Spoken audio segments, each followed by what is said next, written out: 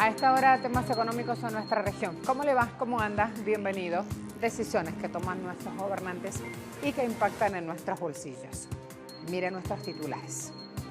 Sigue subiendo el dólar en Colombia y sus autoridades dicen que se debe a la incertidumbre mundial por el inicio de conversaciones entre Estados Unidos y China. Próximos días se dará ese encuentro.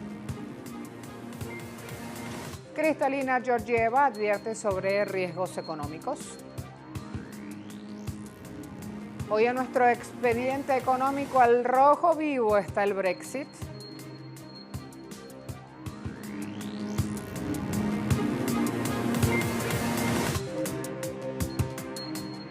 Vamos a empezar, aunque sea una vez, con buenas noticias.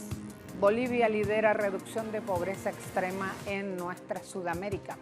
En la última década el país bajó la pobreza extrema 23 puntos porcentuales, lo cual lo convierte en el país sudamericano que más redujo este indicador. Información aportada por el Ministerio de Economía del país. De acuerdo con la Unidad de Análisis de Políticas Sociales y Económicas, UDAP, del Ministerio de Economía, la pobreza extrema descendió de 38,5% en 2005 a 15,2% en 2018. En tanto, la pobreza moderada bajó de 60,6% a 34,6%.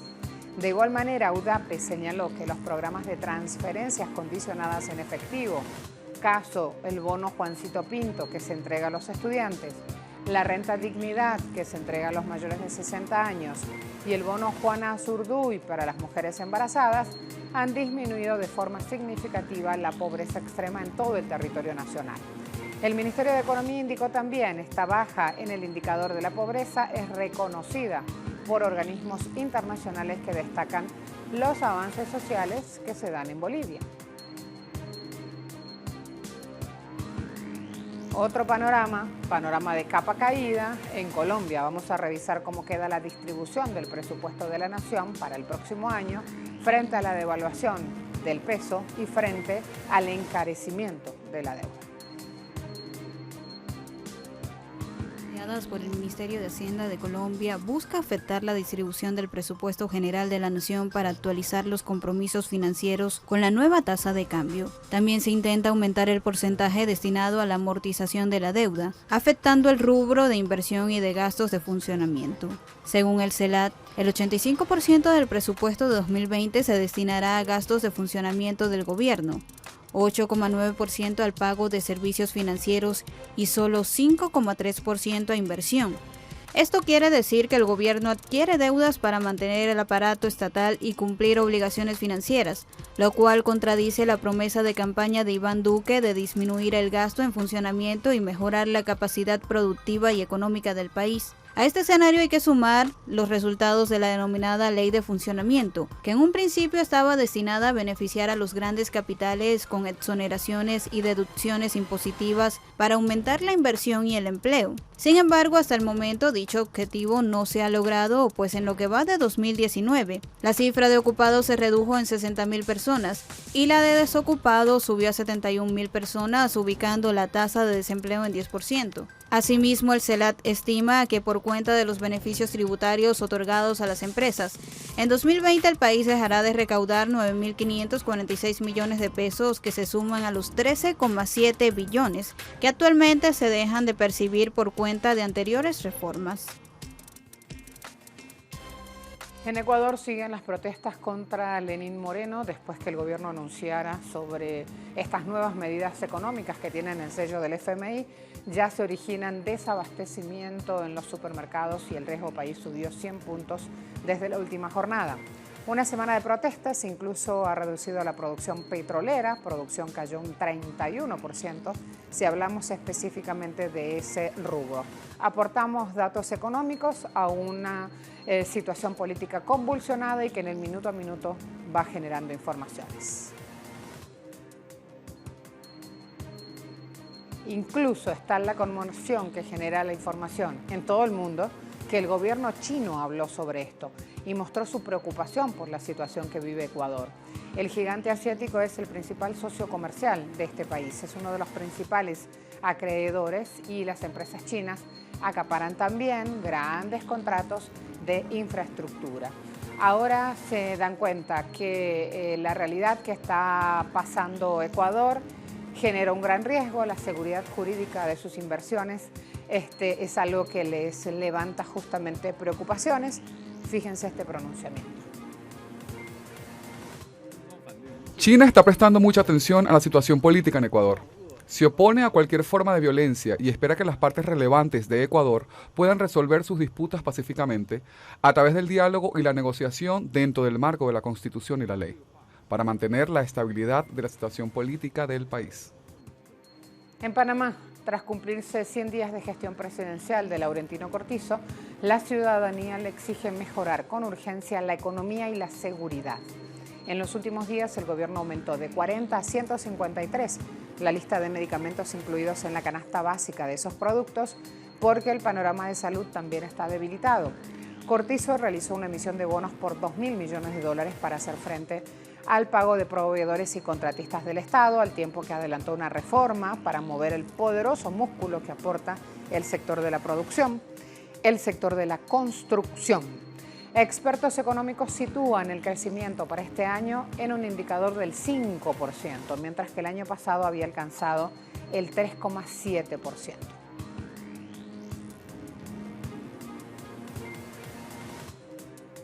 Vamos a hacer la primera pausa. A la vuelta vamos a hablar justamente de estos riesgos que se sitúan como riesgos económicos globales.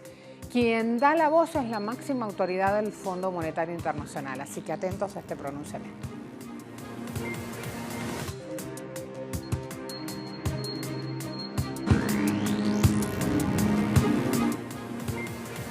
Fíjense estas declaraciones que aporta la nueva directora gerente del Fondo Monetario Internacional. Ella alertó sobre los riesgos que hoy afectan las economías y se sitúa en un panorama global, no solo algunas de las economías de este mundo. En las declaraciones se estima que la guerra comercial podría causar una pérdida de aproximadamente 700.000 millones de dólares para el próximo año, alrededor del 0,8% del PIB. Y cuando habla de guerra comercial va sobre dos grandes actores económicos, los más grandes quizás del orbe, Estados Unidos y China.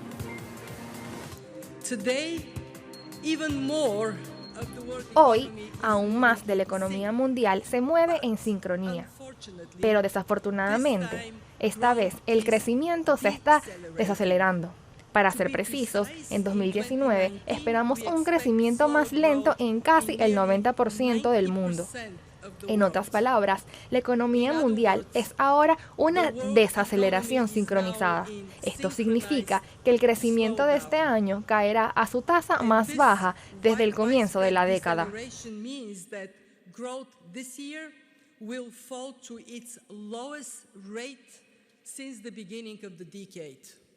Entonces, ¿por qué la desaceleración en 2019? Hay una variedad de problemas y un tema común en estos temas: fracturas. Comenzaré con el comercio. Hemos hablado en el pasado sobre los peligros de las disputas comerciales. Ahora vemos que en realidad está causando estragos. El crecimiento del comercio mundial se ha detenido casi por completo, en parte debido a las tensiones comerciales. La actividad manufacturera mundial y la inversión se han debilitado sustancialmente. Existe un grave riesgo de que los servicios y el consumo pronto se vean afectados.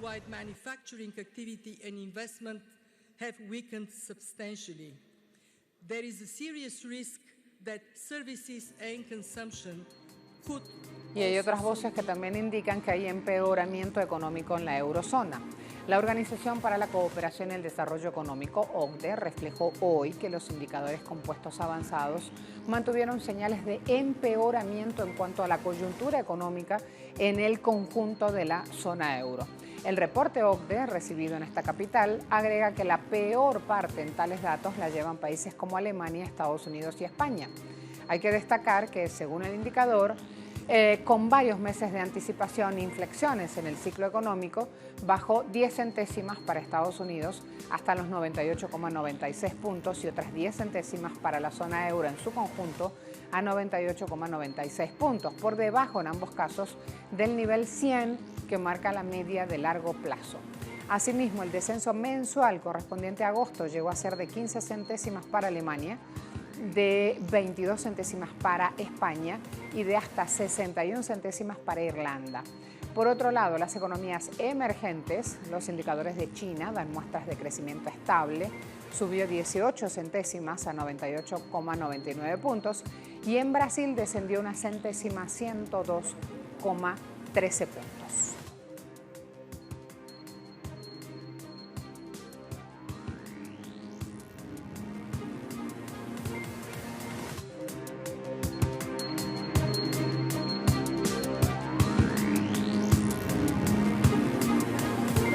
De oro son sinónimo de fortuna y riqueza. No es una idea equivocada si pensamos que los metales como el oro y la plata tienen su propio valor, a diferencia de las divisas como el dólar. Es por esta razón que muchos expertos consideran que las inversiones en estos metales son inteligentes, debido a que conservan su valor y rara vez se deprecian, pese a que cotizan en las bolsas y fluctúan. Las variaciones no suelen ser tan grandes. En este sentido, David Roche, presidente de la empresa de asesoría de inversión Independiente Strategy, considera que ese metal precioso es una buena moneda alternativa porque es seguro y no cuesta nada tenerlo, en comparación con el pago de tasas negativas de los depósitos. De igual manera, cree que la onza de oro, que ahora cuesta $1,506, podría subir hasta $2,000, un incremento de casi 33% en 2020, según declaró a la cadena CNBC en días recientes. Así pues, la base de esta predicción es que será consecuencia de la demonización de las divisas fiduciarias por parte de los bancos centrales, que irá a peor y provocará que la gente busque una moneda alternativa. Por otra parte, el jefe de Independiente Strategy señaló que los bancos centrales están muy preocupados por la próxima recesión, esto debido a que no lograron sus objetivos de inflación, por lo que no es de extrañar ver cada mes más personas y gobiernos invirtiendo en oro. A la vuelta de la pausa, la puja en el divorcio europeo. Ya se lo cuento.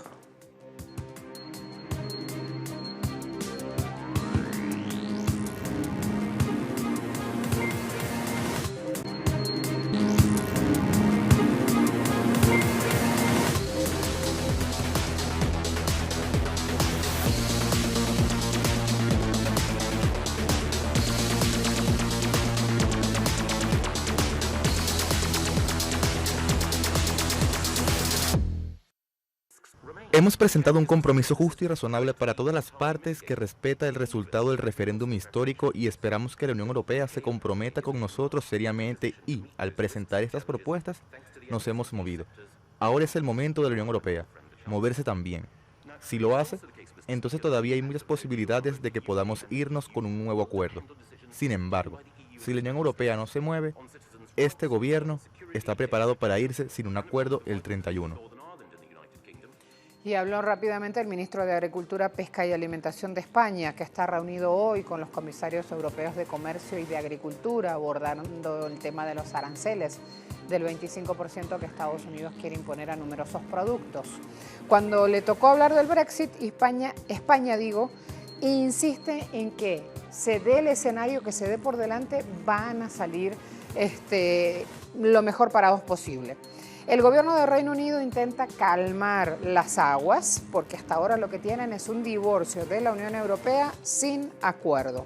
Este martes hizo público un documento con planes de contingencia para esa coyuntura, para esa posibilidad.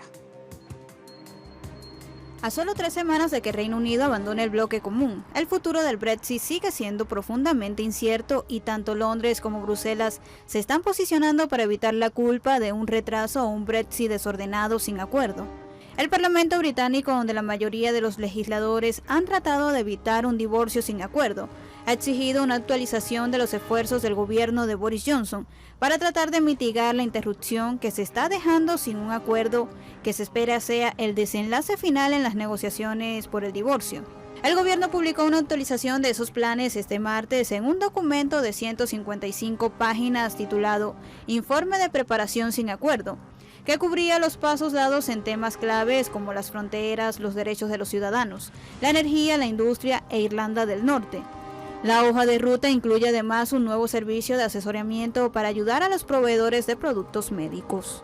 Michael Gove, El ministro encargado de la planificación del Brexit sin acuerdo informó al Parlamento sobre el último informe de preparativos, destacando que si bien persisten riesgos significativos, el país y las empresas estaban en gran medida listos para ello. Los economistas y grupos empresariales advierten que en la cantidad de preparación puede eliminar el dolor de las nuevas barreras con la Unión Europea, que representa casi la mitad del comercio de Reino Unido. Si bien el informe muestra una preparación británica significativa, también reconocen sus límites. Reino Unido dice que tratará de mantener el flujo de mercancías, no imponiendo inmediatamente controles fronterizos a las importaciones procedentes de la Unión Europea. Pero el gobierno reconoce que habrá nuevos aranceles sobre el 60% de las exportaciones británicas a la Unión Europea, incluidos los gravámenes de más del 50% sobre la carne de res y cordero. Muchos en la Unión Europea y Reino Unido son escépticos de que los británicos abandonen el bloque común el 31 de octubre, porque la Cámara de los Comunes aprobó una ley que obliga al gobierno de Boris Johnson a pedirle a la Unión Europea un retraso en el Brexit, si no se acuerda un pacto antes del 19 de octubre. Fíjense además el pronunciamiento del ministro de Finanzas irlandés, diciéndole al Parlamento al presentar su presupuesto 2020 que en el caso de una salida sin acuerdo el gobierno intervendría para apoyar los empleos y la economía del país. Allí entonces las declaraciones de este funcionario que indican que el gobierno tendrá un déficit presupuestario del 0,6% del PIB el próximo año si Reino Unido se retira de la Unión Europea sin un acuerdo, porque le tocará financiar un paquete de 1.200 millones de euros para las empresas afectadas. A su turno, el ministro de Finanzas dijo que un escenario sin acuerdo era ahora la suposición central del gobierno irlandés. Y en caso de que no se llegue a un acuerdo, intervendremos de manera sostenida y significativa para apoyar los empleos y nuestra economía. Estamos listos para actuar. Nuestro escenario económico central es un Brexit sin acuerdo. Esto significa que debemos aumentar nuevamente el nivel y la gama de apoyos para garantizar que nuestra economía esté protegida. Y es por eso que hoy estoy anunciando un paquete de más de 1.200 millones de euros, excluyendo financiación para responder al Brexit. Estas intervenciones apoyarán a empresas de todos los tamaños y todos los niveles de dificultad, con un enfoque particular en los sectores más expuestos, incluida la fabricación de alimentos y los servicios comercializados internacionalmente. Los estados involucrados en el divorcio siguen negociando y en medio de esas negociaciones los ciudadanos también tienen su turno de participar y manifestarse. Este grupo de activistas contra el Brexit hizo una protesta frente a la sede de la Comisión Europea en Bruselas este miércoles, pidiendo que se rechacen las propuestas del primer ministro Boris Johnson. Allí también están llamando a un segundo referéndum sobre el Brexit. Manifestantes que llegaron de Italia y no son solo de Estados Unidos, corean sus consignas contra el divorcio europeo. No creo que sea demasiado tarde. No creo que estas negociaciones del lado británico sean reales de todos modos. Creo que nuestro gobierno está planeando todo el tiempo un Brexit sin acuerdo. Y ya sabes, mucha gente en el Reino Unido no va a tolerar eso.